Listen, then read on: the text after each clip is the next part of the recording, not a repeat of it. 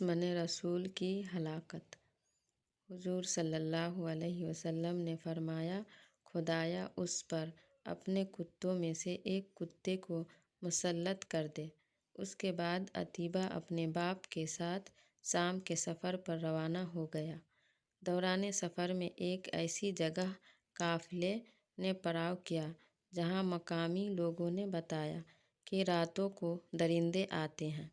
ابو لہب نے اپنے ساتھی اہل قریش سے کہا کہ میرے بیٹے کی حفاظت کا کچھ انتظام کرو، کیونکہ مجھے محمد کی بددعا کا خوف ہے۔